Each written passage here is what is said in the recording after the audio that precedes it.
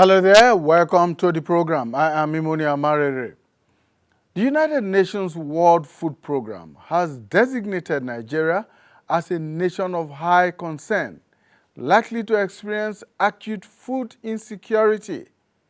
The nation joins this unenviable list with other African nations such as Ethiopia, Somalia, Sudan, South Sudan, Zambia, Zimbabwe, and Sierra Leone, amongst others. In its Global Operational Response Plan published this June, the World Food Programme identified other worrisome global statistics. For example, 37.2 million people across the world are in urgent need of assistance to save their lives and livelihoods as they face emergency levels of acute food insecurity. Worse still, 24.5 million children are predicted to be acutely malnourished in 15 countries, with the highest food insecurity burden in 2024. Some of the key drivers of food insecurity across the globe are interlinked. They include economic shocks, natural hazards, climate change or extreme weather events, and also conflict situations across the globe. In our region, that is the West African sub-region, these factors are shaping our reality. Conflicts have displaced millions of people from homes and farms. Prices of food remain well above the reach of millions of families, and within 1 year has risen far above 5-year averages. It is not only about the quantity of food available, it is also about the nutritional value. The United Nations Children's Fund, also known as UNICEF, is worried about the nutritional situation in areas such as northwest Nigeria, Mali, Burkina Faso, and others. UNICEF says that more than 2 out of 3 households in West and Central Africa cannot afford healthy diets. The report adds that 8 out of 10 children aged between 6 and 23 months do not consume the minimum number of food groups necessary for optimal growth and development. Nigeria is ranked as the most populated nation in Africa and 6th in the world. Despite being the 10th largest producer of crude oil and rich in other mineral resources, more than 84 million Nigerians, representing about 4.7% of the population, live below the poverty line. The World Food Programme is sounding the alarm that 26.5 million people are projected to face acute hunger in the June to August 2024 lean period. Now, the conversation today centers around how we can provide food and nutritional assistance to our neighbors and fellow citizens. One answer is the Ogbonge Women Initiative by Oxfam Nigeria in collaboration with the Global Initiative for Food Security and Ecosystems Preservation. Women, no doubt, constitute the major producers of food production in Nigeria, yet they are underrepresented in the food governance structure. Smallholder women farmers not only grow food for their families, they ensure adequate nutrition and often sell off the excess as part of efforts to sustain livelihoods and economic stability for their households. Now, discussing these critical issues with me on the program today are Dr. Michael David. Dr. David is the Executive Director, Global Initiative for Food Security and Ecosystem Preservation. Thank you so much, Dr. David, for joining us. Thank you for having me. We're also joined by those they call the female food hero, the Ogbonge women. One of them is, or two of them actually are here with us. Ayo, Soromidayo, thank you so much for joining us. Thank you for having me too. And our other female food hero, who is also of the Ogbonge women's talk, is Caroline Fellis. Caroline, thank you so much for joining us. Thank you. Caroline, just like Soromidayo, are fish farmers. Thank you so much for joining us here.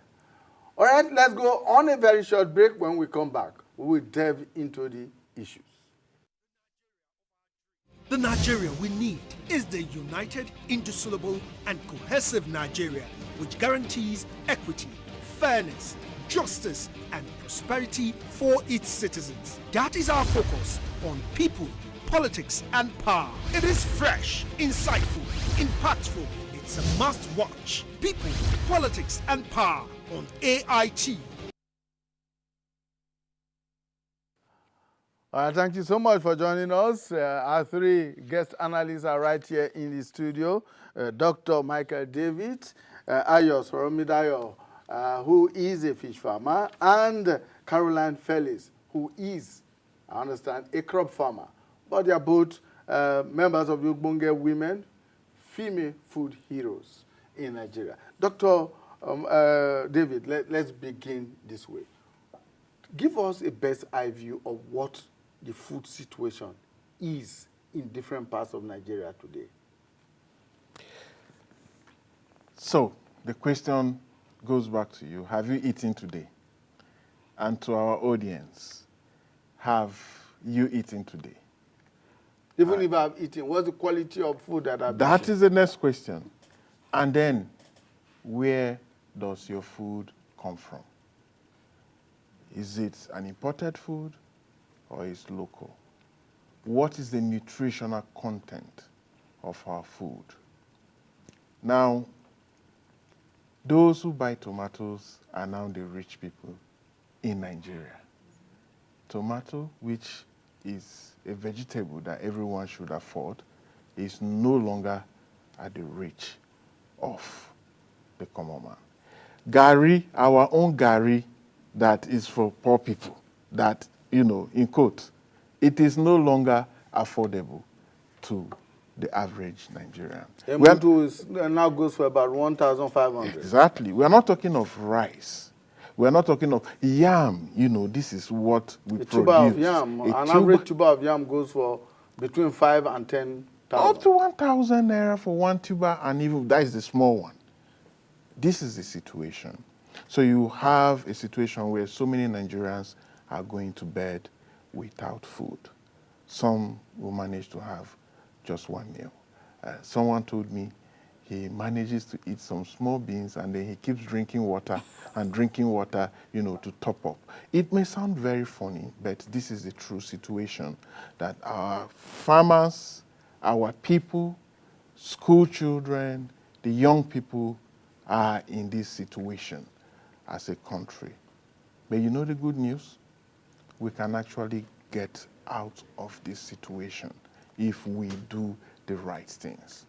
Is it a worry, is it concerning for you that Nigeria is now placed among the hunger hotspots in Africa? It is very, very concerning. And worst is that we have the arable land. We are a country blessed with land. It is there. Unfortunately, in some cases, our farmers cannot go to farm because of insecurity issues. In some cases, climate impact. This year, we have seen that the rains delayed and commenced fully in June. What our farmers are used to and what we're taught growing up is rainfall in Nigeria onset is around April. So we have to change our geography textbooks, as it were, because all of that is changing. Last year, in some parts of the country, it began in March. And some of our farmers rushed in, planted, and then there was that cessation.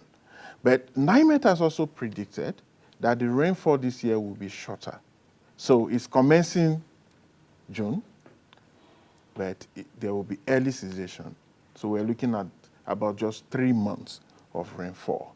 And the impact on food production, the impact on agriculture is great. And unfortunately, most of the farmers are not aware of some of this information. So they go plant crops that would averagely take 4 months to produce, but now we're having rains for just 3 months. So it means all their investments will be gone. I was discussing with one of the Ogbonge women this morning, and she told me she's rushing to go back home to Benue to continue because she had not even made her ridges. And this is July. So we are here. So, Soramida, what is the Ogbonge women all about? Okay, thank you, Is sir. it a farmers collective or what is it? What do they do? Okay, so thank you for your question. The word Obonga itself means strong.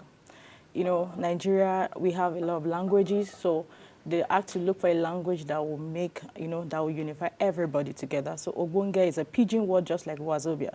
So it means strong woman, an industrial woman, an industrial woman. So the word Obonga means a strong woman. So it's a collaboration of a group of women that are farmers. So women who are ready to put food at their table, women who are ready to, they've been able to do a lot of things. They've been able to do a lot of things around agriculture. So Ogbonge women have been able, in partnership with Oxfam and GSEF, who is Global Initiative for Food Security and Ecosystem Preservation, they've been able to come together, to recognize these women, to make them come together in clusters around Nigeria, to be able to, form cooperatives. And there are also village savings and loan, which we call VSL. This savings and loan has helped people. Regular banks will not just give an individual a loan, but with that village savings and loan called VSL, women have been able to get good funds from there, because whatever you put, you get triple. How many banks will give an individual that? With little interest, single-digit interest. So that interest will be shared among the women at the end of share house. So Ogbonge Women is a very fantastic group to be there. Madam Caroline, as a crop farmer, what would you say are your major challenges, are the major inhibitions? He is talked about, and we have always known about insecurity, conflicts between farmers and herders and all of that. But beyond those issues of climate change, insecurity, and these conflicts, what would you consider to be your major challenge? Thank you very much. I think I will not throw the insecurity away, because honestly, it is really a major concern. It is really giving us trouble because, let me even bring this. Last year, we hired about 15 hectares for rice, and just before we knew, there was trouble there and nobody can go there again. Now, what part of the country is that? That is in Benue State. Okay. Yes. And so part of the insecurity, we have those challenges of, money and the inputs, the good inputs to plant. So there are lots of challenges, honestly, around us. So we lack inputs, and then we sometimes lack farmers, people who will go there to farm for us. So these are the challenges we're facing. Where do you usually get your inputs from? Yeah, normally we buy them. We buy them, and maybe we get them from governments with lower prices, but not all the time. And sometimes those inputs doesn't come on time. Before you know, it's already late. And even when we get them, we cannot use them again. So in what role is the Ogbonge, for instance, a collective playing in helping you to achieve or to overcome some of these challenges that you're talking about? Yes, the roles they are playing is, teaching us on how to go to our closer areas, to put in some seeds, so that at the end of the day, we now get seeds to plant. Not waiting for government, not waiting the little one we have. We can maybe use sacks or maybe our backyards to put them so that at the end of the day, we have seeds for farming. Well, we know, for example, Dr. David, that GSAF is helping in very many areas. But in terms of inputs, which they have complained about now, is it just a matter of, say, helping them to organize? After organizing, what next? What happens? Yeah. So what should be the situation right now for all of us is Operation Feed Yourself. And if we want to solve the food crisis that we have in the country at the moment, we should actually empower the women. And now empowering women first starts with knowledge. So we empower them on knowledge about climate change, the impact of climate change on agriculture, teaching them the basic skills to adapt using climate-smart agricultural practices. But it doesn't end there. We also empower them on how to get the right input. So she talked about input. Now, the challenge we have is that our borders are open to all kinds of inputs.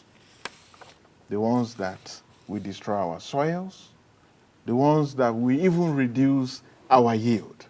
So the question is, we are supporting the women to become food sovereign. So we're talking of food sovereignty and not just food security. Why am I saying this? When you say food security and you throw your borders open for all kinds of seeds to come in, for all kinds of inputs to come in, you are making your farmers to be completely dependent on those foreign inputs. So if they don't have them, they cannot grow their crops. And that's a challenge, and it's something that we should check as a nation. So we're teaching the women things like farmer seeds management, where we have indigenous seeds in the country that you grow, you will harvest and select the best seeds, keep them at a controlled temperature, and reuse them next farming season or next cropping season. That was the practice. In that case, she's food sovereign. She's not dependent on a foreign seed company. But in this case, what is obtainable right now is if you grow this maize this year, you harvest, you cannot select any and keep. Next year, you go to the market looking for seeds to buy. And when you don't get them on time, you know, the time goes and then this issue continues. So we're also teaching them about disease control. Right now, the issue in the country with ginger is scarce now. There was a disease, or there is a disease, that attacked ginger production in the entire country last year and this year. And it's a major export for Nigeria. We have lost on that side. Tomatoes is also an issue. We're talking about it, but it's actually, many of us don't know that it is actually disease that have impacted the production of tomatoes. And then, in some cases, okra and all that. So we teach these farmers not just to depend on chemicals. I mean, if you go around the farms or go around the country, most of the farmers you see now, they are wearing knapsack sprayers. Everybody is spraying chemical here and there. What exactly are you spraying on your soil? You don't know. You don't know the impact on biodiversity, the impact on rivers around, because all of it will run off into our waterways. And for my sister who produces fish farmer, that is an issue. So the question I asked earlier, what do you consume? Do you know where it comes from? Do you know how it is produced? So that is the way we are empowering these women and making them to be change makers in their communities.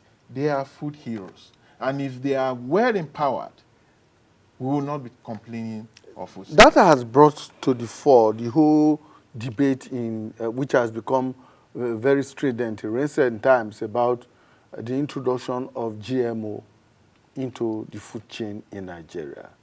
What's your attitude to that? Genetically modified organisms that are now, particularly with grain stocks. So, when you talk of GMOs, proper research has not been done to clearly say this is the impact of GMOs. And so when you go to Europe and some other countries, they are not producing or using GMOs for human consumption. But they are introducing it in the developing world. Yes, because what do they want? Is to take over our food sovereignty. Look, the only thing we have left as a country is our local food. What else? Our clothes are imported, our books, our shoes.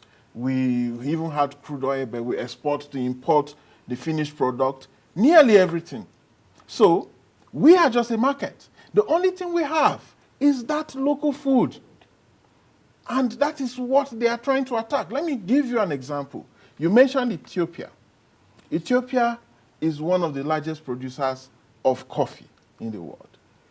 Yes, they produce coffee. Do they consume this coffee? No. They export all of it.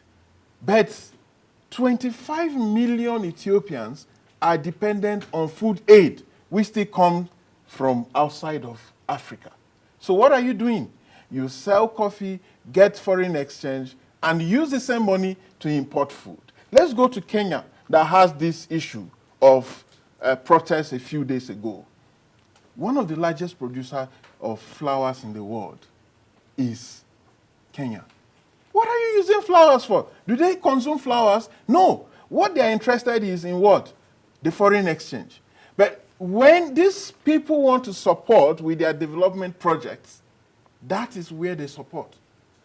Flowers producing communities and farmers, leaving out the food that the people will consume. So you use all your land to produce all the flowers, you export it, and you use the same money and do what? You import food. So like, I'm from Benue, it's a common joke we say that a very wealthy farmer, goes to sell us his yam, and then he buys fried yam and comes home. So that is foolishness. But on a very serious note, there are attempts to take over our food sovereignty. So it means that we will continue to be dependent on food seed companies, on chemical producers, to the extent that our food will be chemicalized, chemical foods. Because when you are growing GMOs, you have to use chemicals. And what are you doing to our soil? You cannot grow any other thing on that soil. It has to continuously be in the GMOs. So we need to be careful as a country. What are the health implications? Are there any? Well, that's what I'm saying. Consuming GMOs. That's why I'm saying that no one can actually tell you right now that this is the impact. It is written deemed fit for human consumption. So if the Europeans are banning the use of GMOs, if they are banning the use of chemicals such as glyphosate, and we are importing, what are we doing to our soils? So the human being in Europe and in developed world is a different species from that in the developing world, in Africa and in Nigeria especially. Well, if you don't have a vision, somebody else's vision becomes yours. Okay, so Amidayo, let's talk a bit about fish farming, which is your area. He has talked about the possible implications of chemical use in farming. Fish farming also has this component of the chemical impact on it. What is the situation with you who are in that sector at this point in time? Okay, so fish farming is the rearing of fishes, and we know that fishes depend largely on water. So they are 5 and 6, you can't separate them. So for people who rear fishes, who depend on riverine fishes, they are majorly affected because when we have this, toxic chemical in water, of course, the fishes will die. They cannot have good productivity. So, but there's a way, like Dr. Mike said, so a lot of sensitization have been going on how to culture your fish in a way that you can have maximum productivity. So which have a lot of women have tapped into, the Ogbonge women. There's been a lot of sensitization going on about how to go into eating ponds, how to go into concrete ponds to rear your fishes, trampoline ponds, and maybe the other kinds of fish farming. So when you have this cultural medium, it helps you to guide the kind of, you're able to, create your own water that your fish will depend on, so that you can have, a good output at the end of harvest. So that way you are not shortchanging yourself. You are not, you're not running at loss, because if you look at the kind of investment when it comes to fish farming, we have if you are to buy these baby seedlings, which they call fingerlings or juvenile, to grow your fishes, a bag that they will consume, they call it 2 mm. I think for any brand now, the cheapest is 26,000 naira. So imagine a fish farmer that is rearing about 5,000 fishes. Your fish can consume that one bag in a day. So multiplying 26,000 till 6 months that they will grow out, you won't want to lose that kind of investment. If not, we'll be having, we'll have a balanced diet. People won't be able to get food. So today I'll tell you that thankfully to the support of Oxfam and GSEP, a lot of sensitization has gone, far ahead before now. So a lot of farmers, fish farmers, are doing well in fish farming, especially from where I come from. You just talked about tarpaulin farming, and Dr. Mike earlier on spoke about food sovereignty, why people should now begin to maybe cultivate the little that they can feed on, and maybe also sell in the open market and all of that. Apart from those who are in the villages and in our rural communities who have ponds to deal with, those who are in the urban areas, how do they go about establishing or putting up ponds, like the tarpaulin ponds that you talk about? How expensive is it? How cumbersome is it? And how available are the materials you require to do this? Okay, so a trampoline pond for a 4 feet by 10 feet right now costs about 90,000 naira. So like I mentioned earlier when I was describing what Ogbonge women is, I know a lot of women that didn't have anything, but from their village savings and loan, they were able to get funds that enabled them to start rearing fishes in their compound to encourage urban farming. So by the time they have those fishes with their borehole in their houses, or maybe from well water, they can channel it into those trampoline ponds. And before you know it, you don't have to buy fish from anybody. You will even have fish to eat. You will have fish to feed your family with, which is a source of protein. You will also have fishes to sell, to also create, jobs for people. You will have fishes to, as a means of income, which will also save you for the raining days. Before you know it, and if you can go into other kinds of crop farming, I will say we have the aquaponics, which is the cultivation of crops and fish together. Fish, they depend largely on water. So after 2 days or 3 days, their water becomes waste. It's become toxic to them, they themselves. You will have to, let go of that water. That water, by the time you pass it to your crop, maybe your rice that you are waiting for rain to fall, which is what they taught us about how to mitigate and adapt with climate change. You know that water, it is not a waste. Channel it to your maize, channel it to your rice farm, channel it to other kind of crops that you have planted. And before you know it, they become fertilizers, which are natural fertilizers. You don't have to depend on any other kind of, they are organic fertilizers. Before you know it, that water, you can even recycle The water them. is toxic to the fish. How It's does it toxic now to the become fish, but it is fertilizer medicinal to the plant? to the plant. Yes, they need it. They need it. They need it. It is not waste. It is waste to the fish, but it's medicinal for the plant. The plant, the aquaponics, like I said, the people who have been doing it, there's a way they've done it that even the same water comes back to the fish themselves. There's a way that the plant itself would have been able to absorb that waste. So the water comes back to the fish, and before you know, you don't even need too much water to rear if you are not doing on a large scale. Madam Caroline, let's talk about cropping now and what is required. I was seeing a video the other day of a lady somewhere in the southwest who converted her compound to a farm using bags. Yes. She was growing yams, she was growing vegetables, she's growing tomatoes, she's growing even potatoes. She was growing all of that. As a crop farmer, What exactly do people who are out there, particularly those who are in the urban centers, in the cities like Lagos, Abuja, Kaduna, Port Harcourt, what have you, what do they need to get going in this regard? Thank you very much. The people in the city, like yesterday where we were speaking, we discovered that most of them, they're having issues of land.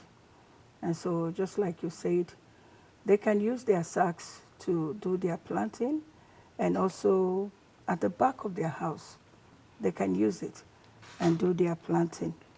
So, but in the rural areas, like what we're being taught, farming is something that if you don't have a knowledge of doing it, you might still get it wrongly.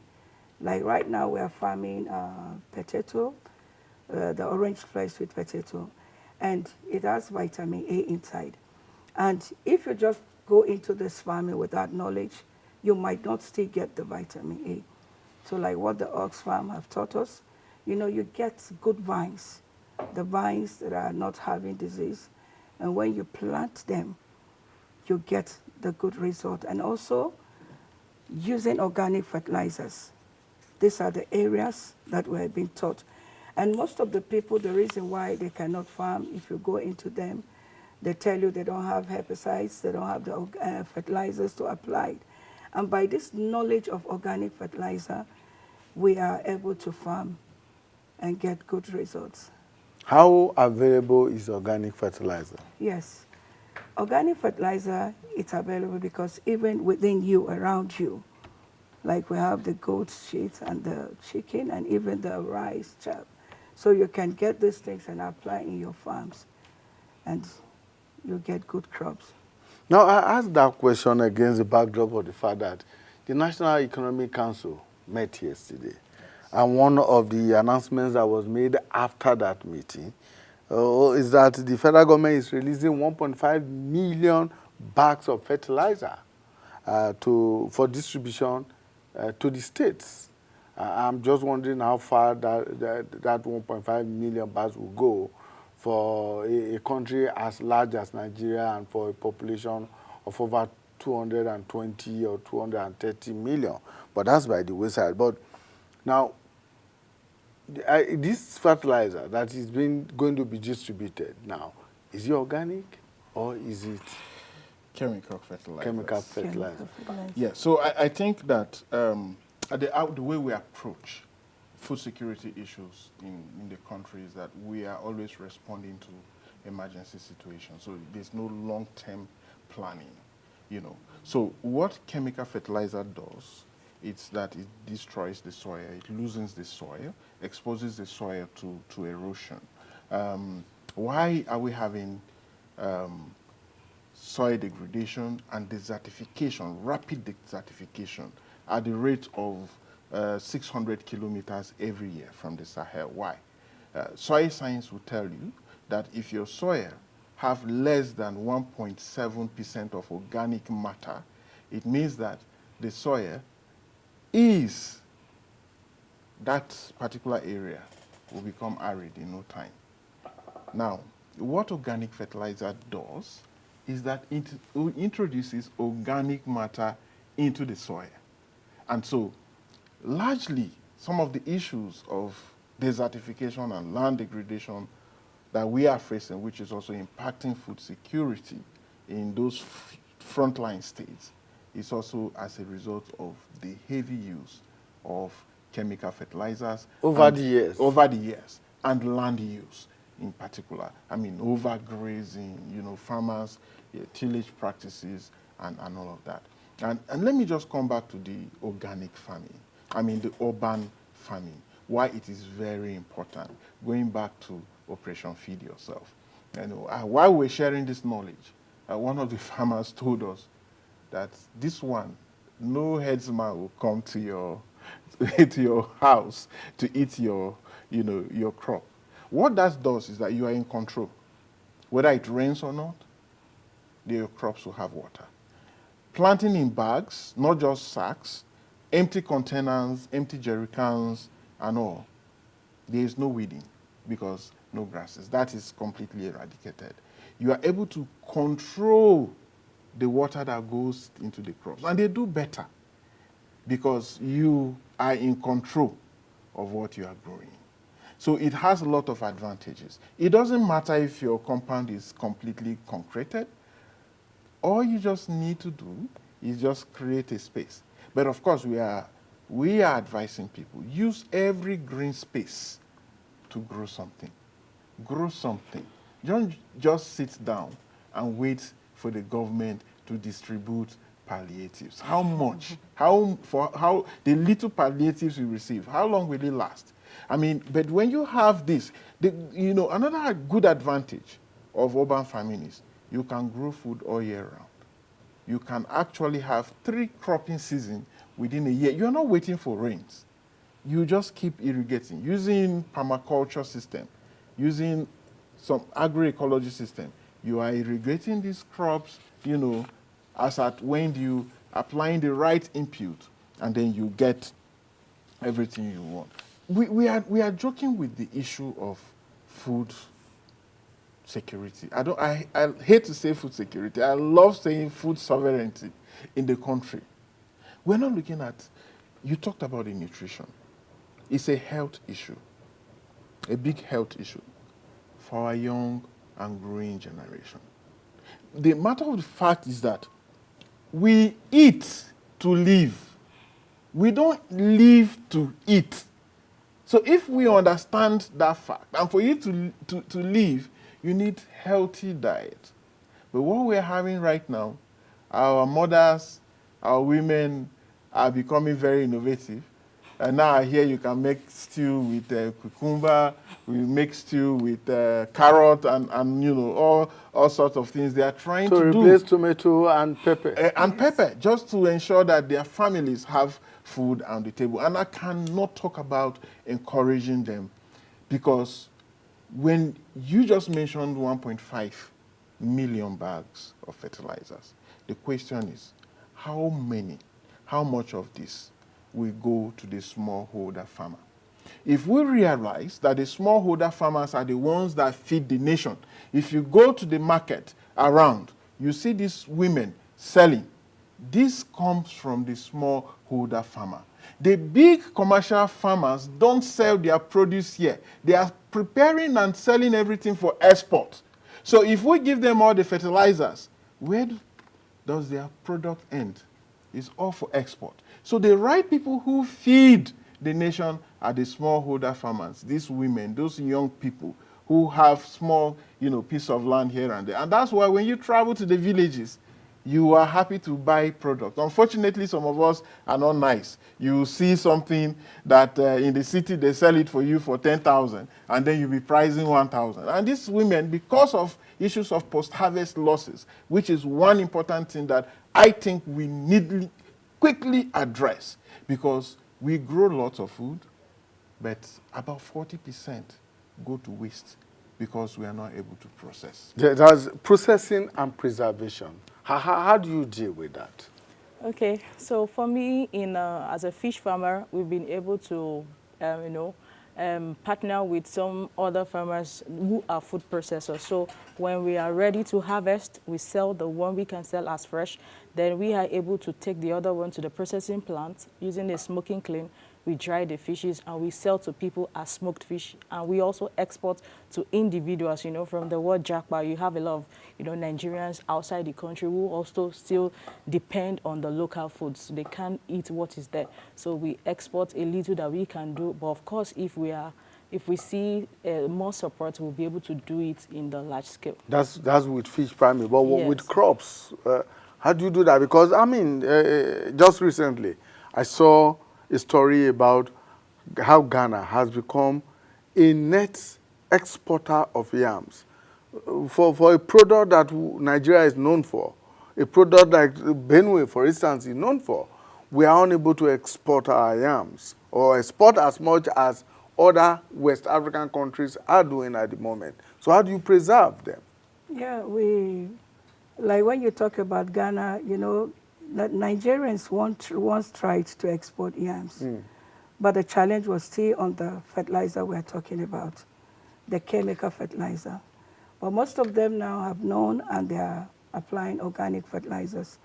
And most of them, like last year, we imported some yams. So like what we do now, how to preserve, process with them, like we have yam flour, we have potato flour, like the OFSB I told you. We process, we turn it into bread, into biscuits, and we have the flour even for diabetics.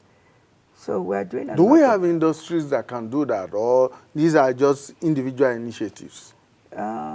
Some have the industries, and not industries, some have little... Cottage, yes, cottage industries. yes, but most of us, we do it as an individuals with the help of Oxfam. So if by the time our country look into this, just like Dr. Mike is saying, and focus on people who are putting more efforts to do this and maybe make some factories for us, it can be done in a larger way. Now, the World Food Program, Dr. David, is sounding the alarm that 26.5 million people are at risk of acute hunger between this month, June and August. Was that alarm necessary, or is it real, or is just imagined, given the fact that the rains have only just started Yes. in June? Yes. I think that statistics may even be less. I think we have more people. You know, the situation then was, okay, you had like the upper class, the middle class, and then the lower class. As it is now, there's no more middle class, as it were. It's more like both the middle class and the lower class together. So if you add the middle class to that, then that number should actually, you know, be higher. So, but science is talking to us. Climate change is speaking to us in so many ways, but we are not listening. And I think that is where we are getting it wrong. We are reactive. We are always reactive, you know, to this very important issue. Let me speak a little bit about Gary and tell you why Gary has become so expensive. Now, we are calling on foreign investors to invest in our economy. It's good. We want foreign investors. Now, what are the type of companies they are establishing within our communities? Now, there is the craze for ethanol. So you have companies that are producing ethanol. What are they using? Cassava. So if you travel around along Benue, you see trailer loads of cassava going to these companies. Now, ordinarily, some of those cassavas will be turned to what? Gari, akpu, and fufu, and all the other things. But now the farmers are still doing the same foolish things, like selling off and buying. So these companies offer good prices for this, so the farmers are tempted, they sell off everything. It's the same thing. You go to Ogun State, you have these companies everywhere. So we need to be careful how we attract investment into our country. Let's look at mining again. Everywhere mining. The government is calling miners to come because we have lots of solid minerals. But what is the process of mining? First, they remove the best, which is the topsoil, the arable land. Everything is removed. So we are losing topsoil. We are losing land to make way for mining of solid minerals, coal and all. In some of these communities, that is their only source of livelihood, the land. But then we sell everything. And when the people complain, we think they are just making noise. But the problem is a problem of security. Okay, so Midayo, if you had the opportunity of, say, speaking with the governor of your state today, what would you be telling him? Okay, so if I have the opportunity to speak with the governor of my state today, I'll tell him that he needs to make policies around agricultural lands. He needs to make policy that will retain them. irrespective of the industrialization that has been coming around it. I've been a victim, and thank God for grace. If not, I would have been shipped out of farming. I remember sometimes last year, I saw a farmland around my area in Lagos, and I was able to approach the owner. How can trees be growing in ponds? About an acre with 2 plots. That is 8 plots of land, and you have 50 concrete ponds on that land, and you have trees growing there. It's been abandoned for a decade. And, as a young lady who is passionate about agriculture, I went ahead to the man and said, let's do something. I don't need you to pay me. All I need is just give me, the go-ahead. All I need is you telling your friends to bring in small funds. Then we start the business. Let's see how we can make here come alive again. If we have fishes growing in those ponds, aside, creating jobs for people, it will also be a source of livelihood, a source of income to the man himself and to everyone that works under him. But he said, no, he can't. That is an elderly man and age is running out of him. So he said, if I love the idea and I feel I'm really passionate, I should go ahead and, do it. I looked at it and I'm like, how do I go about 50 ponds? Where a pond, you can do 5,000 fishes in one pond. If you have to multiply that with 50, you're having 250,000 fishes. How do I do it? But luckily for us, we started with our own funds, and family and friends supported us with the little they have. We started with 1 pond. But, when you talked about urban farming the other time, we have something going on social media right now. They say steez or cheese. People prefer steez, forgetting cheese, that you need to have cheese in your stomach to be able to steez. So they want to have, they don't want to have farmers around them, yet they are complaining about food. So they want to, they are complaining about going far to get food. At the same time, the ones that are closer to them, they are chasing them off. They have to speak with the man. After doing about 26 ponds, we had to. They were dilapidated. Constructing 1 pond, you need about 400,000. We worked on all these ponds with people's investments, and 2 months after, this man sold the land. They converted it to residential apartments. We ourselves don't want to see. So my own take is that if I'm able to sit with the governor today, I want a policy that will favor people, and especially women who are major smallholders in farming right now, that they should make those, policy that will retain agricultural lands, because we had to live there. Okay. And thankfully, we're on our permanent side right now. Great. Congratulations. Thank you, Right, sir. Madam Caroline, well, your final take on this. What's your advice to government? Yeah, my advice to the government is to tell them to put more focus on women. Like what is happening right now, the governor in my state, he brought a lot of inputs and fertilizers, and he was giving to farmers at a lower price. But there's something I observed. Most of the men were taking it and selling it. But there is no So it's not going to the real farmers? Yes. So my advice to the government is that please, they should put more focus on women. Because just like the simple says that say no woman, no food on the table, women are really ready to go out there and to source out and to bring back reasonable results in farming. So government should put more focus on All right, women. let's leave it at that. Thank you so much for your time. Dr. Michael David is the Executive Director, Global Initiative for Food Security and Ecosystem Preservation. Thank you so much for joining us. Thank you. And of course, we also had Madam Caroline Felix, who is a fish farmer and a female food hero, one of the members of the Ogbonge Women Initiative. Thank you so much for joining us. And of course, Ayo Soromidayo, who is a fish farmer. Caroline is a crop farmer. I keep mixing this up. Caroline is a crop farmer, while Soromidayo is a fish farmer. Thank you so much for your time. Thank you, sir. On Thank the you for having program. us. All right, that's our program for today. Please join us again when we bring you another edition of People, Politics, and Power. Do remember that the survival or the security of our people, of Nigerians, particularly food security, is a collective responsibility. Not just our government, but you and I. And we have been told here by the farmers that we can do a lot more than we are possibly doing at the moment. We can turn our homes into little gardens and little farms and we can begin to feed ourselves and feed the nation. Bye for now.